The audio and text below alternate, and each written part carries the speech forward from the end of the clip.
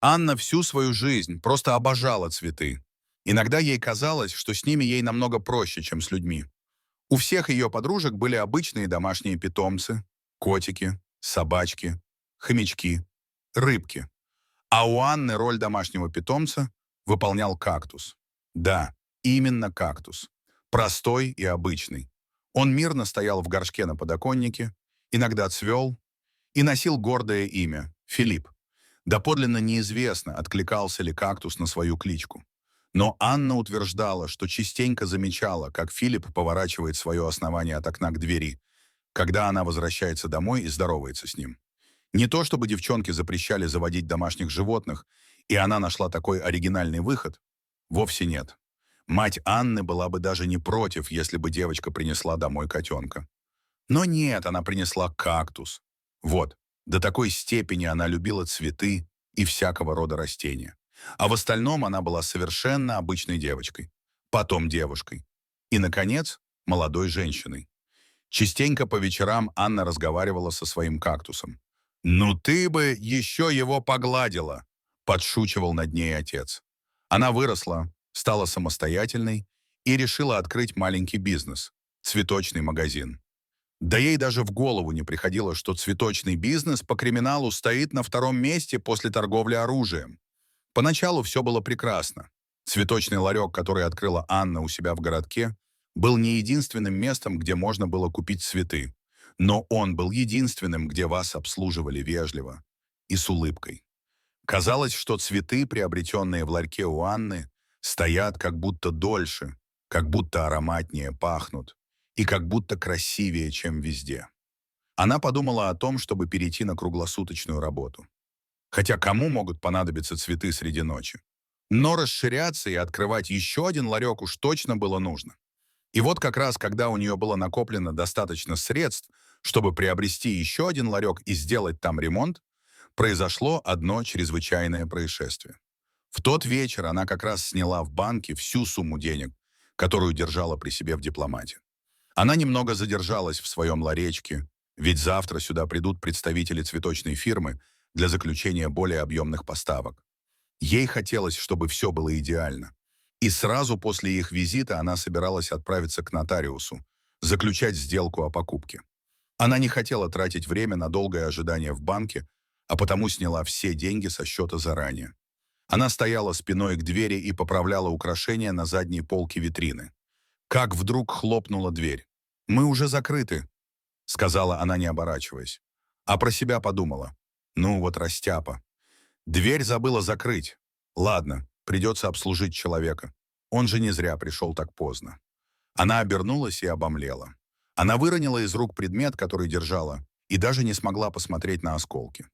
4 бравых мужика в черных кожаных куртках и солнцезащитных очках, несмотря на позднее время, стояли перед ней. Она все поняла сразу.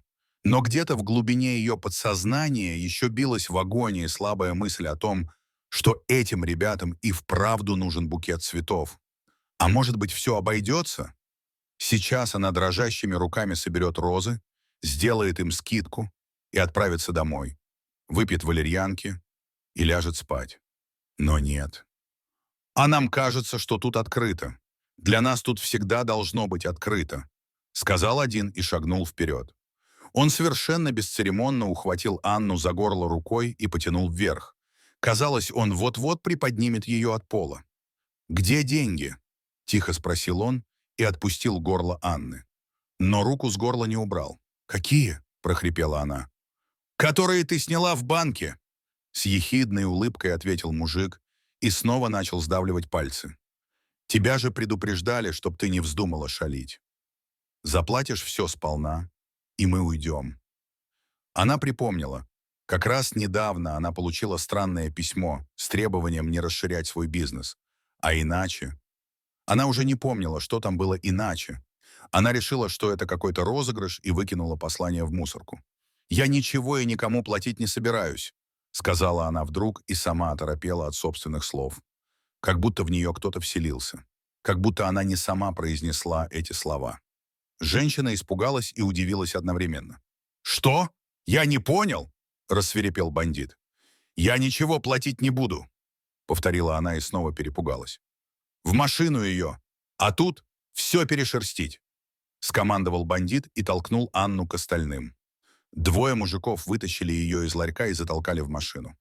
Потом один из них вернулся к остальным. Она видела сквозь окна в машине витрину своего магазина, как там крушат все ее труды и старания. Больше всего ей было жаль цветы, которые выбрасывались из ваз и топтались ногами. Зачем? Просто так из злобы, ведь и дураку понятно, что деньги не могут лежать в вазе для цветов, тем более с водой. А как же Филипп? «Мой бедный кактус», — мелькнуло в голове у Анны. Они столько лет были вместе. Она растила его с самого детства. И вот теперь слезы покатились у нее из глаз. Но где-то в глубине души она понимала, что даже если она бы отдала им деньги, они все равно бы разгромили весь ее ларек просто так, потому что они хулиганы. Когда остальные вернулись, машина тронулась, и Анна мысленно прощалась с жизнью. Сейчас ей было уже не до кактуса. «А что, Иван, как там твоя ферма, цела еще?» — спросил один из парней. «Стоит. Чего ей сделается? Коровы телятся, а быки их шпырят». Он громко рассмеялся. «Да ладно. А нет ли часом случного быка сейчас?» — спросил тот, который завел разговор. «Имеется такой», — ответил хозяин фермы. «Итак, может, забросим нашу девочку к нему в загон, а заодно посмотрим, как он будет с ней веселиться». В это время парень посмотрел на Анну и, недвусмысленно облизнувшись, провел рукой по ее лицу. На ферму, где был загон, приехали под вечер. Издалека было видно небольшое ограждение, в котором резвился довольно крупный и мощный бык. Мужики подтолкнули Анну к забору. «Устроишь нам зрелище, может, и оставим тебя в живых», — сказали они. «И какое зрелище? Вы в своем уме? Он же меня затопчет просто. Что вам, мало денег?» — закричала она и заплакала. «Поговори еще тут нам. Ты лучше раздевайся», — сказали мужики и кинули Анну через забор. Бык увидел какое-то движение у забора, насторожился и стал боком подходить к Анне. Мужики свистели и улюлюкали в ответ. Он подошел к заплаканной девушке, обнюхал ее и фыркнул. Она пахла цветами, она всю жизнь возилась с ними. Бык начал фыркать и раздувать ноздри. Ему понравился запах девушки, а запах мужиков — нет. Он повернулся и пошел в сторону. «Ну так неинтересно!» — что-то стали кричать мужики. Вдруг она услышала за спиной топот копыт. Анна испугалась. Девушка решила, что животное сейчас с разбегу напрыгнет на нее и будет топтать своими копытами. Она присела и зажмурилась. Но ничего не произошло. И только вопли мужиков заставили девушку открыть глаза. Она увидела, что бык перепрыгнул через забор. Вот для чего он отходил в сторону, чтобы взять разбег побольше. И теперь он неистово топтал всех бандюков, ломая им руки и ноги мощными ударами копыт и бросая их на землю, как тряпичных кукол. Она вдруг встрепенулась и решила, что это ее шанс спастись. Анна перелезла через забор и прыгнула в машину. Взревел мотор, и она дала по газам. Хорошо, что в свое время отец научил ее водить машину. Правда, на права она так и не сдала. Но ездит умело. И в данный момент соблюдение правил очень мало интересовало Анну. Она рванула в сторону дома. На следующий день девушка таки решилась приехать в свой ларек. Туда должны были приехать иностранцы. Она понимала, что ничего не успеет сделать к их приходу. Однако ведь они же тоже люди и должны были понимать, что тут произошел налет. Вот что теперь делать с покупкой нового места. И чем она будет платить за новые поставки. Скорее всего, ей просто придется извиниться и начинать свой бизнес с нуля. Войдя в ларек, она просто не поверила своим глазам. Все, ровным счетом все было уничтожено. Те трое бандитов постарались на славу. Не было ни одного живого цветка, ни единой целой полочки. И только посреди всего этого на своем обычном месте, как грозный страж, возвышался кактус Филипп. Он был единственный нетронутый. Конечно, с его огромными шипами в почти 3 сантиметра никто не рискнул бы к нему прикоснуться. Он стоял на своей полке, а под ним лежал неприметно дипломат с деньгами.